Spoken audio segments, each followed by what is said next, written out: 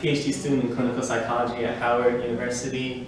My research explores resilience factors that buffer the negative impact of childhood adversity on later mental and physical health. So the main theory I'll be talking about with you today is one of the main theories that I use in my research, and I'll talk more about that. I also work with kids and teenagers, teaching them relaxation techniques and emotion regulation and coping skills too.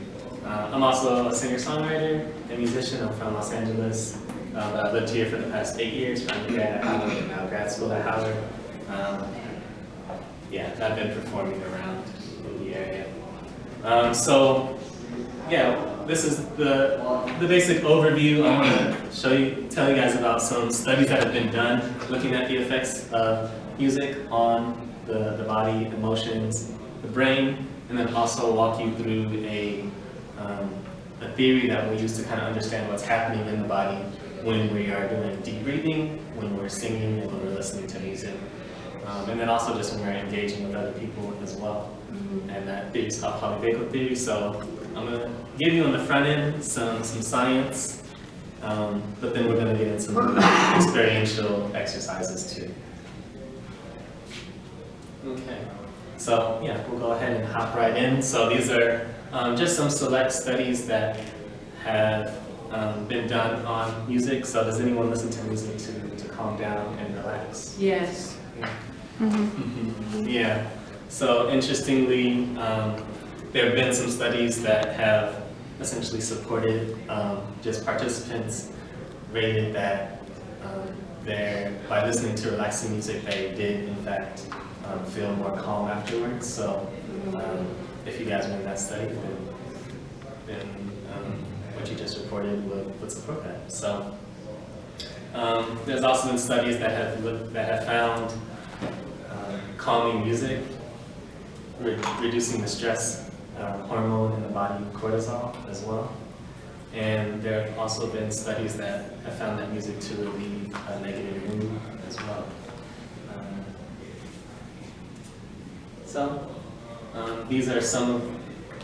These studies are related to some of the structures in the brain that are activated during while listening to music. So there's a part of the brain called the amygdala, and that part of the brain is associated with us looking out for threats and looking out for danger, and then also responding defensively to protect ourselves from threats.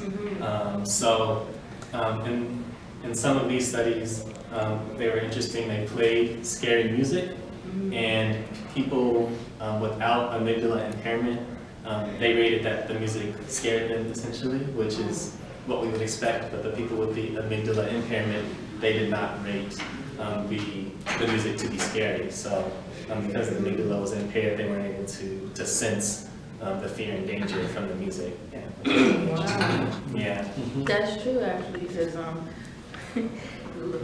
I know, but I actually was so caught up in music one time that I actually stumbled on my bike. I couldn't sense the danger yet. Oh, interesting. Yeah, so you were sensing that on multiple levels. Yeah. It was true. And our little kind of risque study right here. So listening to music activated some of the same brain regions as euphoria. So some of the same regions that are activated with sex, drugs, and even chocolate. So I listed out some of the structures that are increased activation, and these were using a PET scan. And then, interestingly, we just talked about the amygdala. So while listening to pleasurable music, the type of music that gave these people like chills down their spine, the amygdala decreased in activation, so they didn't feel a need to assess for threat. And then also this ventral prefrontal cortex decreased as well. So those were some studies. Now I want to talk to you guys about a well-researched theory. This is by Stephen Porges. This is called Polyvagal theory. So this theory is one of the most used and influential in terms of trauma treatment. And it's all about this vagus nerve, and we're going to talk about that in more detail. So polyvagal theory is all about how the nervous system responds to threat, and also how the nervous system facilitates growth and healing when in a safe environment.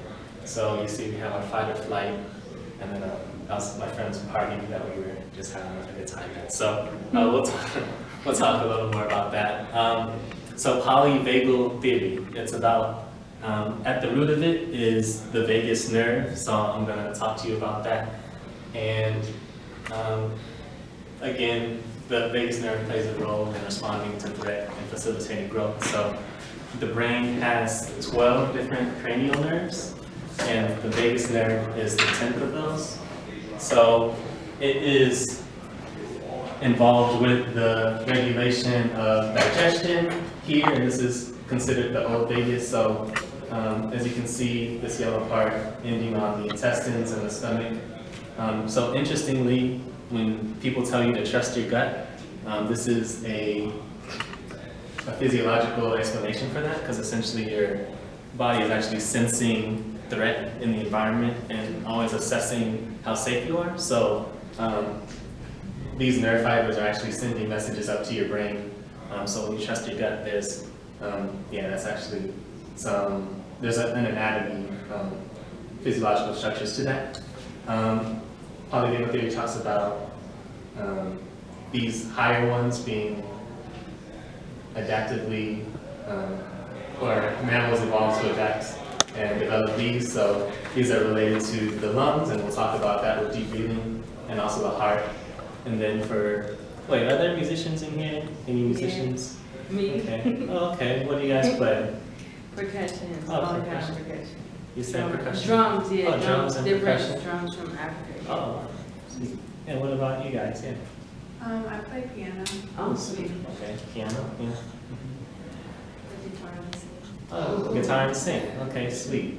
Yeah. So we're going to talk about melodies, and also, interestingly, the vagus nerve is on the larynx and the voice box as well.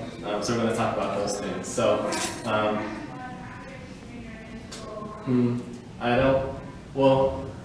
Let me know if I'm using a lot of jargon and things like that. So the vagus nerve is related to the autonomic nervous system, so that essentially is those functions of the body where we don't have to think about, or we don't normally think about, so breathing, our heartbeats, and digestion. Yeah. Right, so we'll say that.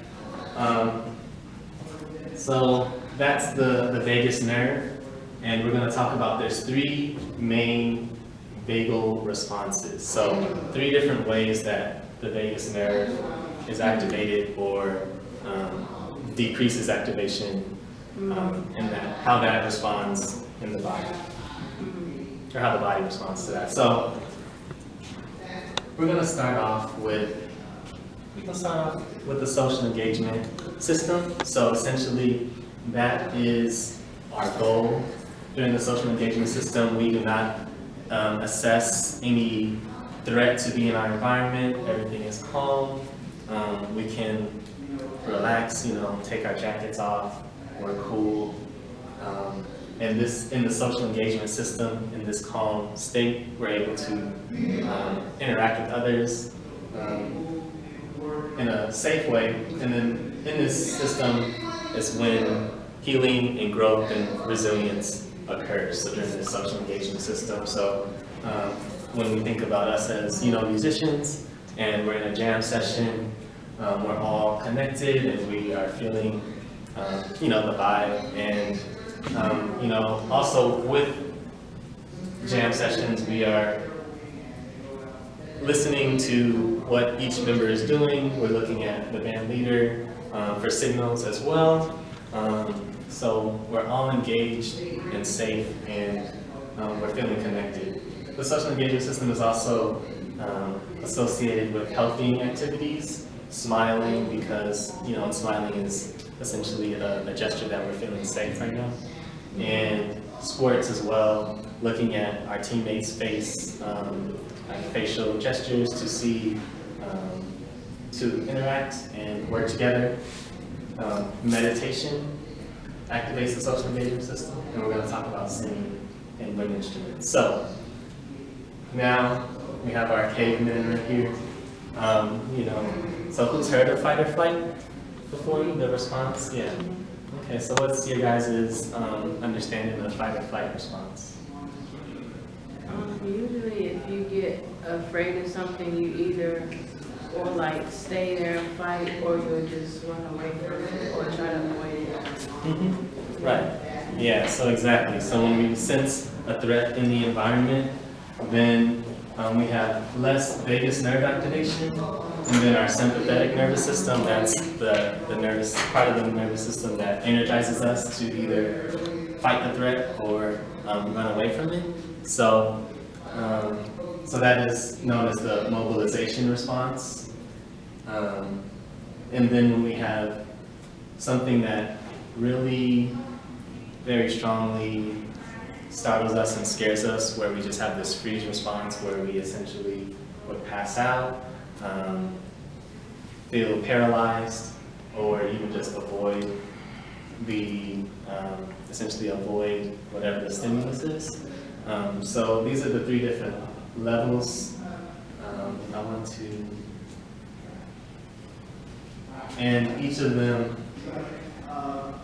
works. So the social engagement system and the mobilization deals with this higher part of the vagus nerve, and then the immobilization is related to this lower part, and we'll talk some more about that. Okay, are you guys with me with all of that? Do you have any questions about it? Okay, cool. So that was the dense part of the talk. So now we're going to get into some of the more practical aspects while tying in. So we're going to talk about deep breathing now.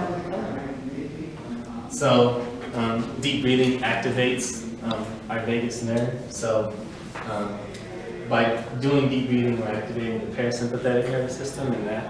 Okay, thanks. So looks like we have 5 minutes. So we will. Okay. So yes. So so it activates the parasympathetic nervous system, and that is the part of the nervous system that helps us to feel calm. And by doing deep breathing, we're shifting into the social engagement system. And again, that social engagement is where growth and healing occurs. So we're going to talk about the physiology behind deep breathing. So as we can see in our graphic here, there are nerve endings that end on the bronchi of the lungs, and then also on the heart as well. So when we take short breaths or just breaths with long exhalations, then the vagus nerve is activated. And by doing that deep breathing, there's a part of the heart that's known as the pacemaker of the heart. It's called the synovial node. So by doing the deep breathing, that helps us to calm our heart rate.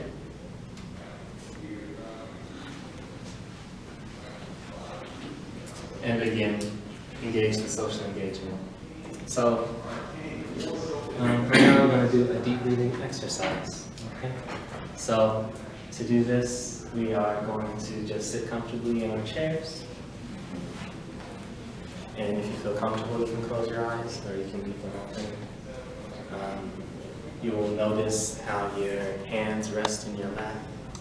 You will notice your shoulders feeling relaxed and your legs calmly rested, your feet planted on the ground.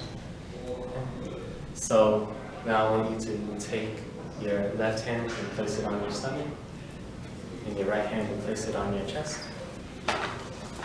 So when we're doing deep breathing, we want to make sure that our stomach is expanding. A lot of times, just the way we've grown up, we do a lot of breathing in our chest. So we want to make sure that when we're practicing right now that our chest stays still and that our stomach's expanding. So right now we're going to take a nice deep breath in, a breath out, nice and long breath out. breath in, breathing out.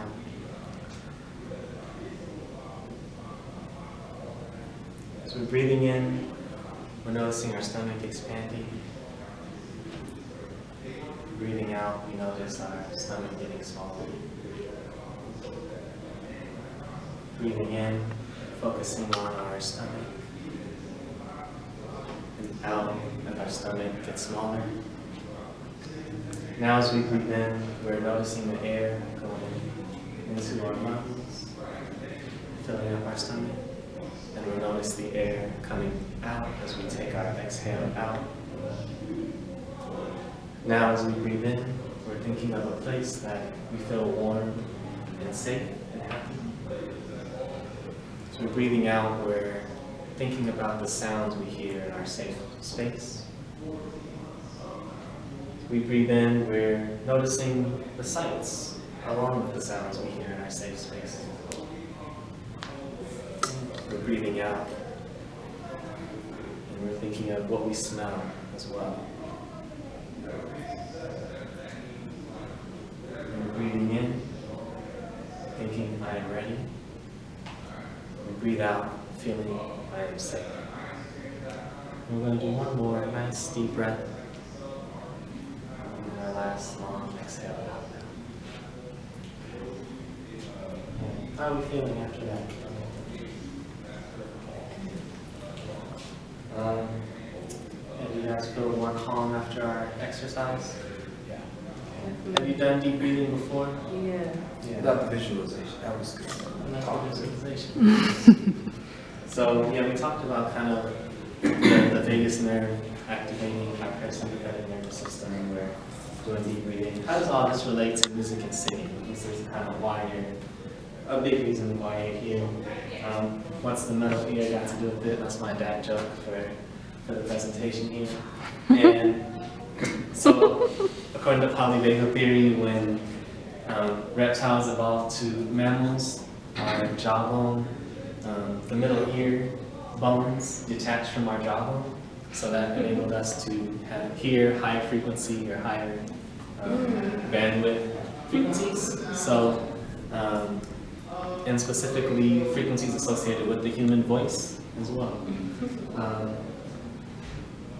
So what's interesting is that a lot of, music that is played is in the range of the human voice, and we're able to process that information of the human voice, and adaptively that helps us to just communicate and be safe. But then also with these melodies in the human voice and hearing songs in the human voice, our social engagement system is enhanced.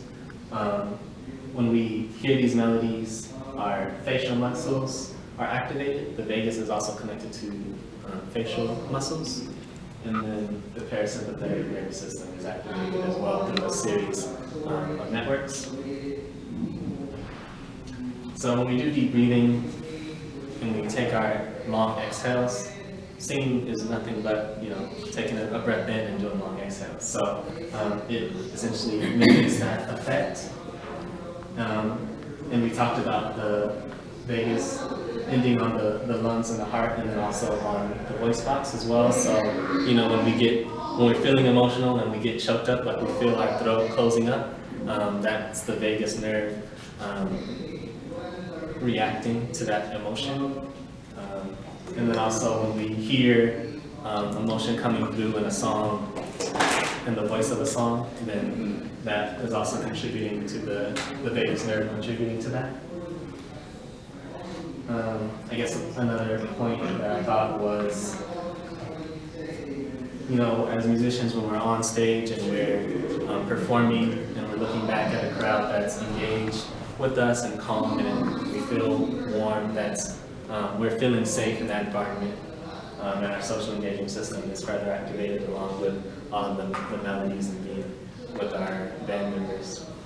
But then also, if the crowd is not engaged and you're feeling really nervous and you might be sensing a threat and you might feel like gut wrenching feeling that too. Okay, so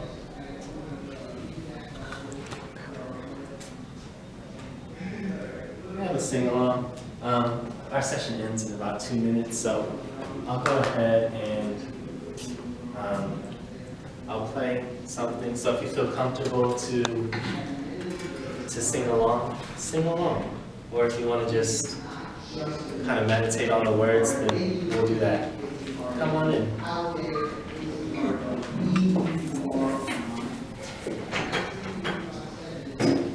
You made it right in time for our meditation. So I'm just going to sing, and you can meditate and sing along. Come on in. Are you guys here for the talk on music? Are you here for branding? Oh, yeah, well that's right after this, so you're on the right note. Come on in. Okay, so these are some lyrics, so if you want to sing along, you can. Or you can just listen to the words.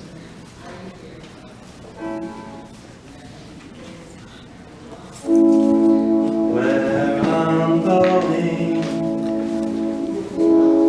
I have no idea at all. I'll keep running. Please be there to guide me through this dark hall. What I'm doing, I have no idea at all. I'll keep trying. Please be there to guide me through this dark hall. What I'm doing, I have no idea at all. I'll keep trying. Please be there to guide me through this dark hall. We're gonna go back to the beginning here. Okay. Where I'm going, I have no idea at all. I'll keep running. Please be there to guide me through this dark hall. What I'm doing, I have no idea at all. I'll keep trying. Please be there to catch me just in case I fall. Okay, well, thank you for participating. Yeah, so that was the talk. These are, you can see me after if you're interested in some of the articles that I read and cited.